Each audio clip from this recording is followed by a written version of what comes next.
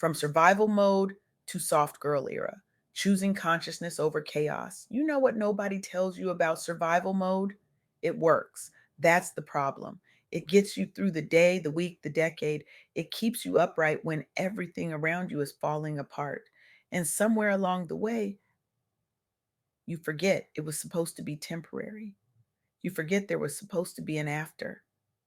I recently had the privilege of sitting down with Indigo Divine Brown, a visionary leader who's making the world better by teaching Black women that consciousness is the antidote to chaos, that healing begins with brutal honesty, and that evolution is not just possible, it's our birthright.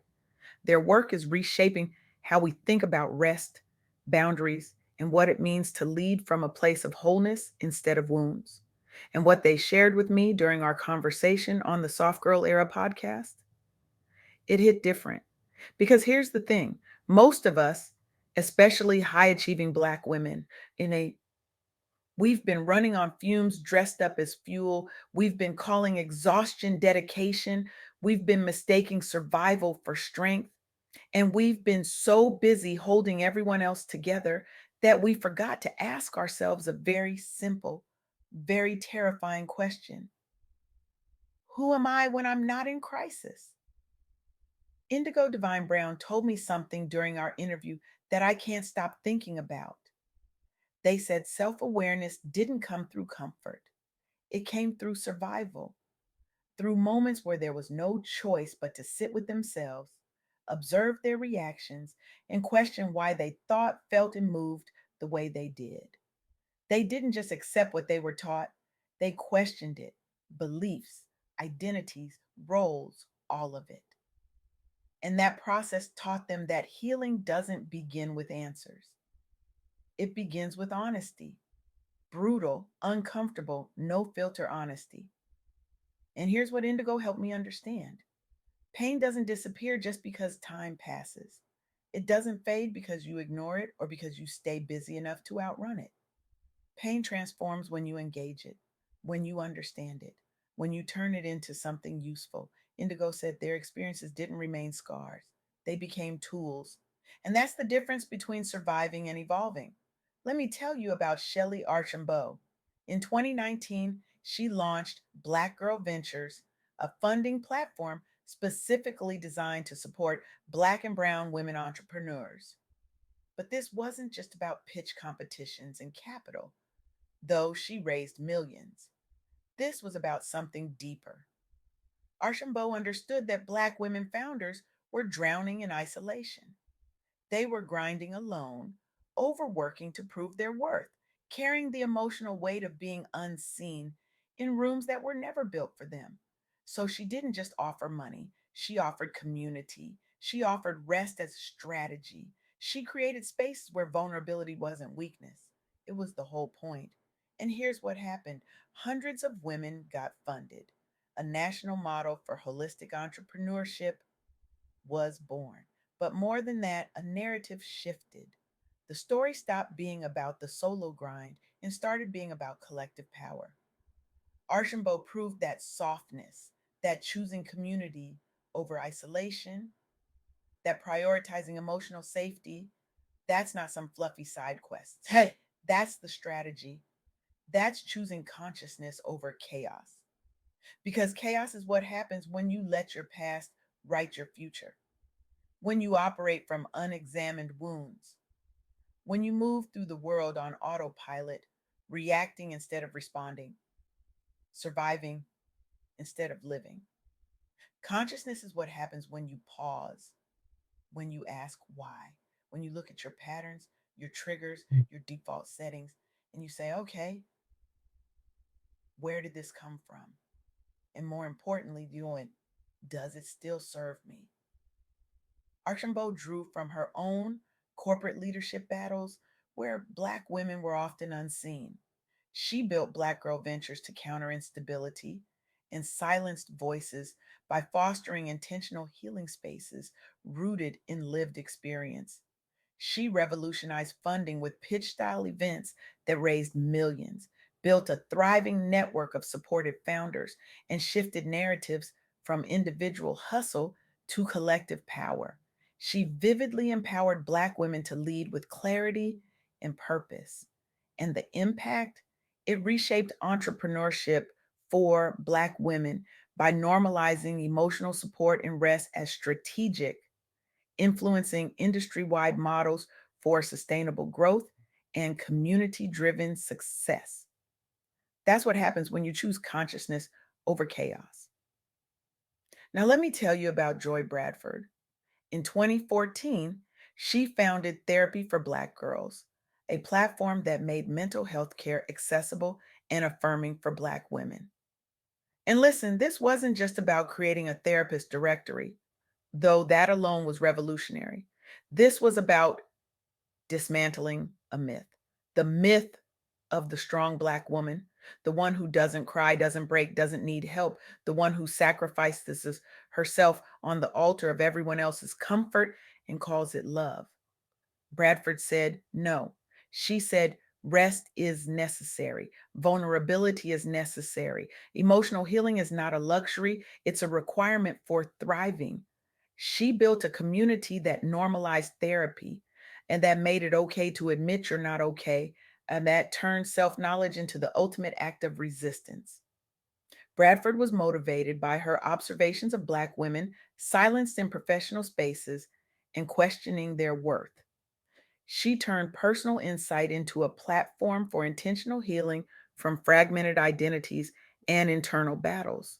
She exploded as a go to resource with podcasts, events, and directories serving thousands, boldly reclaiming softness as strategy, fostering self knowledge, and turning pain into tools for leadership. And the outcomes? Thousands of Black women found affirming care. Cultural narratives shifted. Burnout became something we could name and therefore something we could fight. Her broader influence normalized therapy in Black communities, reducing burnout and promoting joy and rest as resistance, empowering professionals to build lives from truth over trauma. That's healing through honesty. And here's the part that makes me want to shake people by the shoulders. Healing doesn't come through comfort, it comes through survival, through questioning everything you've been taught, through engaging your pain to transform scars into tools, through prioritizing self knowledge over perfection. Which brings me to Dr. Tricia Hersey. She founded the Nap Ministry. And if you think that's just about taking naps, you're missing the revolution. Hersey positioned rest as reparations, as resistance, as a radical reclaiming of time, energy, and humanity for Black people who have been told their worth is measured by their productivity. She studied the patterns of racial trauma, the endless demands for resilience, the grief of living in a world that sees you as a tool instead of a person. And she said, enough. Black professionals were enduring endless resilience demands, pandemic burnout, grief from instability, and spaces where voices felt unseen. They were carrying unhealed emotional weight without safety. Hersey promoted rest, joy, softness, and emotional honesty as acts of defiance. She gave Black professionals the language for boundaries, for nervous system regulation, for unlearning the belief that overwork equals value. From her own battles with questioning beliefs and place in the world, Hersey studied patterns of racial trauma and turned them into a ministry for intentional healing and creative expression. She authored bestsellers, led global workshops, and sparked a rest movement, rawly proclaiming nap as divine, rebuilding self from fragmentation into purposeful, aware leadership. And the outcomes, a global movement. A cultural shift that said the soft girl era isn't frivolous, it's survival. She influenced Black professionals industry wide, backing the soft girl era with scholarship on rest over grind, fostering sustainable success through consciousness and community. That's evolution rooted in lived experience. Now, I know what some of you are thinking. This sounds great in theory, but I have bills, I have responsibilities. I have people depending on me. I don't have time to rest. I don't have the luxury of softness. And I hear you. But here's what I learned from Indigo Divine Brown, from Shelley Archambault, from Joy Bradford, from Dr. Tricia Hersey. Softness is not the absence of strength. Softness is the presence of choice. It's the ability to say, I see the pattern and I'm choosing differently. It's the courage to admit this survival behavior that got me here, it's not going to get me there. Because growth isn't about fixing yourself, it's about knowing yourself well enough to choose differently. Indigo reminded me that growth means becoming consciously, stepping into coaching, leadership, and creative spaces rooted in lived experience where softness like rest and emotional safety fuels sustainable strength for Black professionals. So let's get practical. This week, I want you to audit your patterns rawly. Honestly, pick one survival behavior. Maybe it's overworking to prove your worth. Maybe it's saying yes when you mean no. Maybe it's numbing out instead of feeling. Sit with it, ask where it came from, ask what it's costing you, and then swap it for a conscious choice. Schedule rest, seek community support, set a boundary without apologizing for it. Start building from truth, not trauma. Because here's the thing about the soft girl era, it's not about bubble baths and aesthetics, though if that's your thing, go off. It's about a spiritual, emotional, and mental recalibration.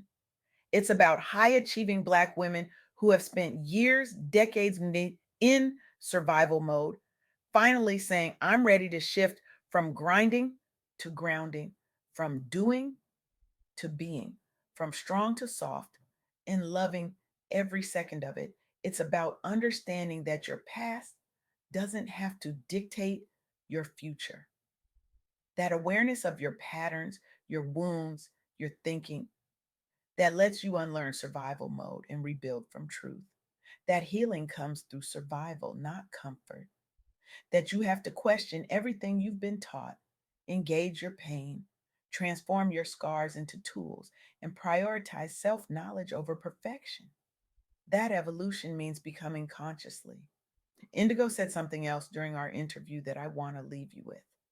They said they don't speak as someone who has it all figured out, they speak as someone who is still becoming, but becoming consciously. And if there's one thing they want people to take from their story, it's this: growth isn't about fixing yourself. It's about knowing yourself well enough to choose differently. So here's my question for you: who are you when you're not in crisis? Who are you when you're not performing, proving, protecting? Who are you when you give yourself permission to rest, to feel, to be soft without apology? Because that version of you, the one who chooses consciousness over chaos, healing over hiding, evolution over stagnation, that version is waiting. And they're not asking for permission anymore. They're just asking you to choose. Choose rest over hustle. Choose boundaries over burnout. Choose softness over survival mode. Choose yourself, not out of selfishness, but out of reverence, out of the understanding that you cannot pour from an empty cup and you cannot lead from a broken foundation. The soft girl era is the sacred space where strong Black women unlearn survival, rediscover softness, and reclaim the joy, rest, and freedom they deserve without guilt, without apology, and without explanation. And you deserve that. You deserve to be seen in your unseen struggles. You deserve to own your mess boldly. You deserve to feel empowered, fired up, ready to evolve consciously, with raw hope replacing fear and unshakable clarity that softness is your fiercest strength. So this week, audit your patterns, question your defaults, swap one survival behavior for one conscious choice, and watch what happens when you stop running from yourself and start becoming yourself. Because the world doesn't need another version of you in survival mode. The world needs you whole, rested, soft, conscious, powerful. The world needs you in your soft girl era. And here's what I need you to understand: this isn't a suggestion, this isn't a nice idea you bookmark for later when life calms down. This is the work, this is the revolution. This is how we break generational cycles of burnout and self sacrifice. This is how we model a different way for the daughters watching us, for the sisters walking beside us, for the women coming behind us who deserve to see what wholeness looks like. You are not too far gone. You are not too damaged. You are not too late. You are exactly where you need to be to make a different choice right now, today, this moment. So I'm asking you, what's one survival behavior you're ready to release? What's one conscious choice you're ready to make? What's one boundary you're ready to set? What's one rest you're ready to take? Because your soft girl era isn't waiting for you to be perfect. It's waiting for you to be honest. It's waiting for you to be brave enough to choose yourself. It's waiting for you to stop surviving and start thriving. And trust me, so are you.